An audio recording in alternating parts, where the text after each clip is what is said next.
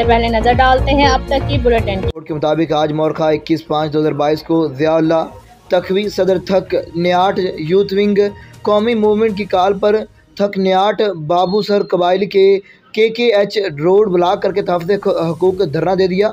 बाद wing commissioner दया मीर और अस्तूर division दिलदार अहमद मलक और दीगर बाला हुकाम के साथ मशावरत से मुज़ाकरात कामयाब हुए और थक न्याट यूथ कौमी मूवमेंट के सदर ज़ियाउल्लाह तखवी के कहने पर धरना ख़त्म कर दिया गया।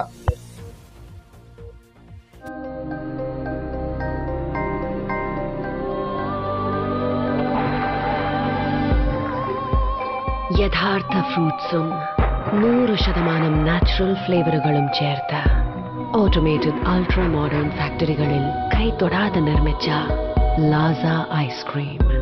ഇത് റിയൽ ഐസ്ക്രീം. ഇത് super natural. Laza Ice Creams since 1970.